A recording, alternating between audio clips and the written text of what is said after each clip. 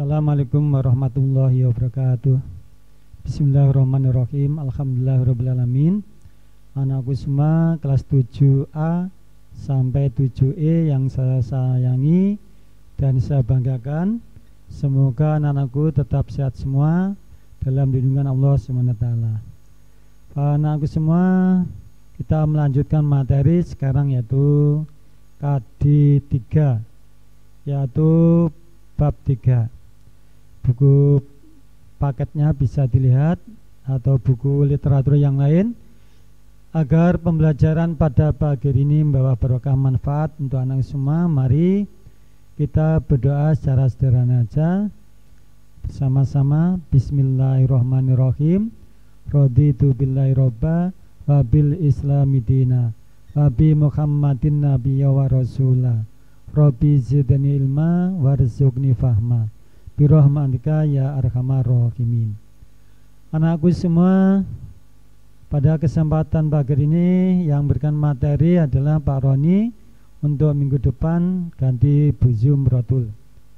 Anakku semua, bahwa pembelajaran dimanapun kapanpun berada harus tetap berlangsung dalam keadaan apapun. Karena menuntut ilmu adalah mulai sejak dalam kandungan sampai manusia itu mengembuskan napas yang terakhir. Ilmu apa itu? Ya, ilmu-ilmu yang bermanfaat untuk kehidupan manusia. Apalagi ilmu sudah dituangkan dalam mata pelajaran di sekolah. Semua itu adalah ilmunya Allah. Maka kita mempelajari ilmu apa aja yang penting bermanfaat untuk manusia, itu adalah termasuk ibadah kepada Allah. Oleh sebab itu, mari dengan ikhlas kita mempelajari pada hari ini KD3 bab 3, yaitu perumusan dan pengesahan Undang-Undang Dasar Negara Republik Indonesia tahun 45. Kita bicara sekilas dulu. Kemarin sudah kita mempelajari pertama BPUPKI mengadakan sidang pertama membahas dasar negara. Sidang kedua yaitu membahas tentang rancangan Undang-Undang Dasar Negara. Karena kalau setiap negara yang merdeka harus memiliki dasar negara dan undang-undang dasar. Setelah dirumuskan selesai, baru kemudian BPUPKI dibubarkan, diganti dengan PPKI. PPKI inilah akhirnya yang nanti kita pelajari di sini. Kita lanjut aja. Ya, kita lanjut. Pada pagi ini tujuan pembelajaran kita yang pertama menghayati, memahami tentang perumusan dan pengesahan Undang-Undang Dasar Negara RI tahun 45. Yang kedua, kita harus mempelajari sejarah perumusan dan pengesahan Undang-Undang Dasar Negara Republik Indonesia tahun 1945 yang terkenal dengan nama Undang-Undang Dasar 45. Yang ketiga, kita menganalisis kesejahteraan perumusan dan pengesahan Undang-Undang Dasar 1945. Ini adalah tujuan pembelajaran yang kita bahas pagi hari ini. Nanti kalau 1 atau 2 belum waktunya sudah cukup, ya kita lanjutkan minggu depan. Kita lanjut anakku. Perumusan Undang-Undang Dasar Negara Republik Indonesia. Undang-Undang Dasar itu sama dengan konstitusi. Saya ulang. Nama lain dari Undang-Undang Dasar adalah konstitusi. Konstitusi itu apa? Hukum dasar. Hukum dasar, hukum yang dari suatu negara yang menjadi pegangan dalam penyelenggaraan suatu negara. Di hukum dasar hanya memuat dasar pokoknya aja, sehingga Undang-Undang Dasar itu bisa dikembangkan kepada undang-undang yang lain. Di undang-undang narkoba, undang-undang pendidikan, itu muaranya dari Undang-Undang Dasar. Contoh Undang-Undang Pendidikan, muara dari pasal 31 ayat 1 dan seterusnya. Jadi ini Undang-Undang Dasar 45 atau Undang-Undang Dasar itu sama dengan konstitusi, adalah hukum dasar yang menjadi pegangan dalam penyelenggaraan suatu negara. Di negara dalam melaksanakan pemerintahnya tidak boleh semaunya sendiri, tapi berdasarkan kepada hukum dasar yang berlaku. Contoh pemerintah apalagi negara Indonesia adalah negara apa anak semua? Yaitu negara hukum. Kita lanjut. Situasi pada waktu perumusan Undang-Undang Dasar yang tadi saya sampaikan di awal. Undang-Undang Dasar dirumuskan, dikonsep, ibaratnya dibuat oleh BPUPKI sidang yang kedua. Kalau sidang pertama tanggal 29 Mei sampai 1 Juni membahas dasar negara. Sudah kita sepakat, yaitu namanya Pancasila, terdapat 5 sila. Sidang BPK yang kedua tanggal 10 sampai 16 Juli 45. Ini membahas tentang apa? Undang-Undang Dasar negara. Situasinya rapat seperti ini. Dan kita lanjut. Perumusan Undang-Undang Dasar Negara Republik Indonesia ini adalah panitia hukum dasar membentuk panitia perancang undang-undang. Jadi membentuk tim, ibaratnya sekarang tim sukses, bahasa yang tren sekarang ya. Tim sukses untuk yang ngetren yaitu pilkada, tapi di sini membentuk tim untuk merancang dari suatu undang-undang. Nanti kalau yang membahas terlalu banyak orang, 100 orang atau mungkin 200 orang, malah sulit. Dari 200 orang, 100 orang cukup diwakili, mungkin diambil 10 orang aja. Ini contoh lebih efektif. Ini adalah perumusan Undang-Undang Dasar Negara Republik Indonesia. Perumusan Undang-Undang Dasar Negara RI itu menghasilkan apa? Contoh kita konsep hasil kesepakatan sidang panitia hukum dasar adalah sebagai berikut. Membentuk panitia perancang. Jadi pertama kita harus membentuk panitia perancang yang konsep ibaratnya. Ibaratkan anak-anakku kalau ingin mengadakan perjalanan, contoh aja mau mengadakan tur ke Bali atau tur ke Jogja. Berangkatnya tanggal berapa, terus berapa hari, disampai tujuan contohnya kembali jam berapa, nanti mulai check in masuk hotel, terus objek lagi, check in hotel lagi, terus pulang kembali. Itu adalah namanya konsep.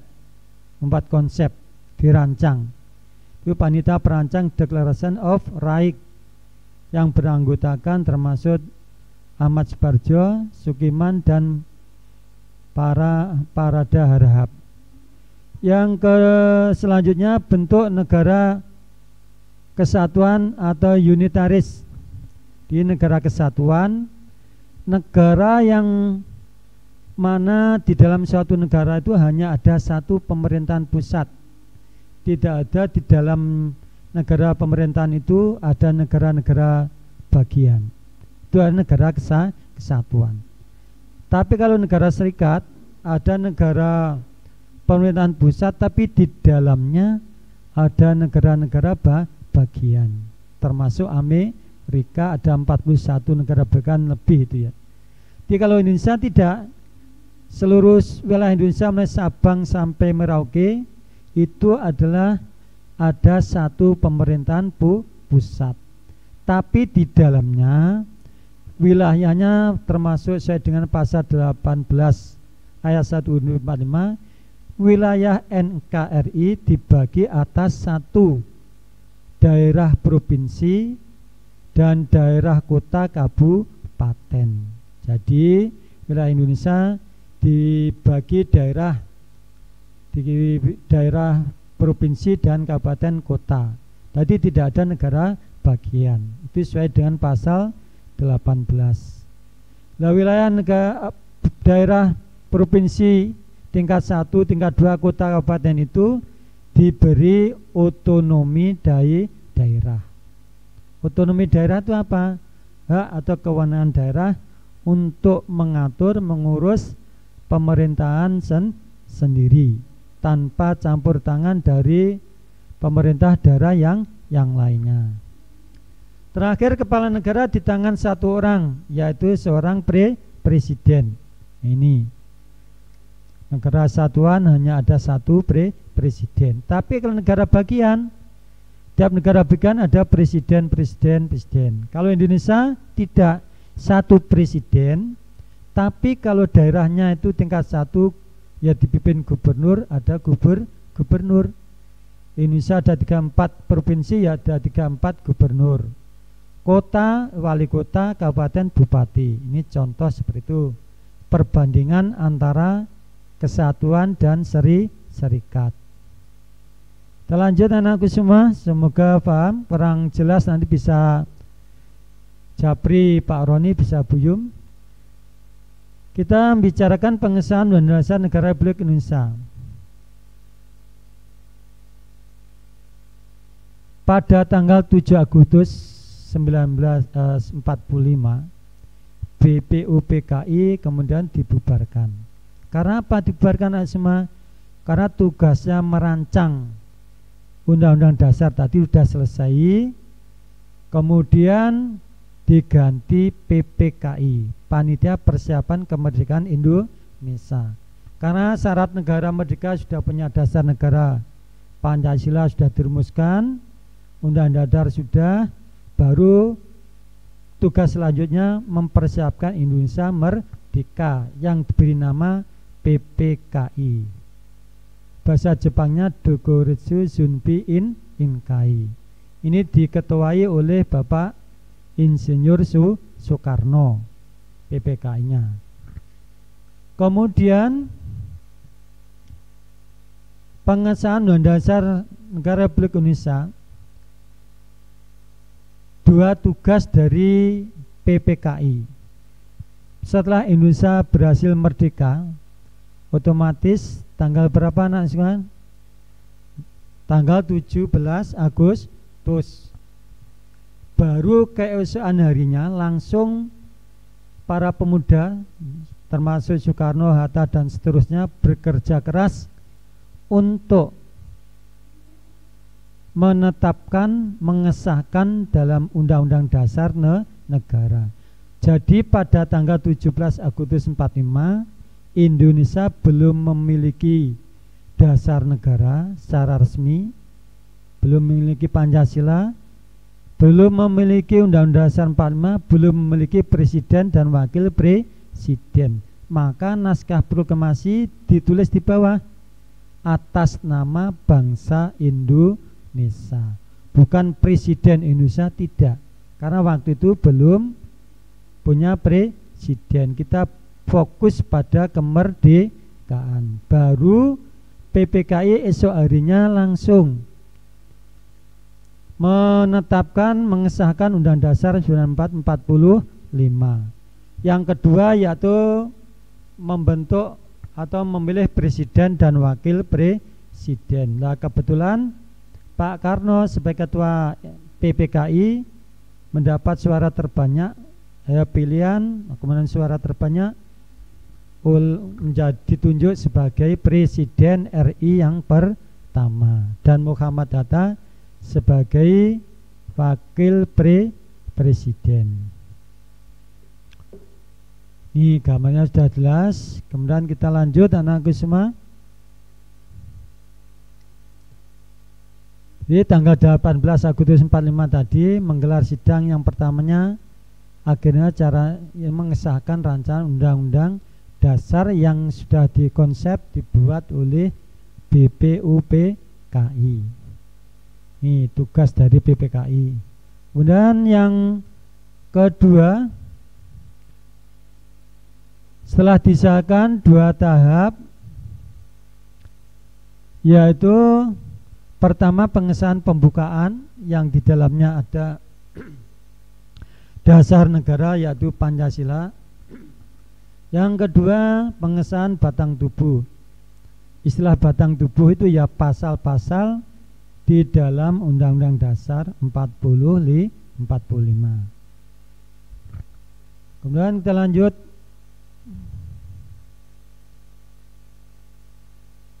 Secara lengkap Undang-Undang Dasar 45 terdiri atas satu, ini yang masih versi yang lama ya anakku semua. Pembukaan, kemudian batang tubuh. Batang tubuh ini undang-undang dasar yang belum diamandemen itu ada 16 bab dan 37 pasal. Penjelasan, kemudian ditambah aturan peralihan dan aturan tambahan. Nih. Sekarang sudah diamandemen mulai tahun 1999 sampai 2002. Jadi 4 kali amandemen. Maklum karena pasal-pasal dalam Undang-Undang Dasar 45 sudah bertahun-tahun, pasti ada yang kurang relevan sesuai dengan perkembangan zaman. Maka pada waktu reformasi Undang-Undang Dasar diadakan amandemen. Amandemen itu artinya yaitu adanya suatu perubahan. Perubahan yang baik, perubahan yang positif dari kurang baik menjadi baik, yang baik lebih baik lagi. Itu namanya amandemen. Arti penting dan dasar negara tahun 45 bagi bangsa dan negara Indonesia. Dalam pembukaan Undang-Undang Dasar 45 terdapat pokok-pokok pikiran yang meliputi suasana kebatinan negara Indonesia. Hal ini termuat dalam Berita Negara Republik Indonesia tahun 2 nomor 3. Jadi ini pokok-pokok pikiran yang penting dalam pembukaan. Maka pembukaan ini sudah kesepakatan dari MPR, tidak boleh dirubah. Yang boleh dirubah di amandemen hanya batang tubuh atau pasal-pasal dalam Undang-Undang Dasar 45.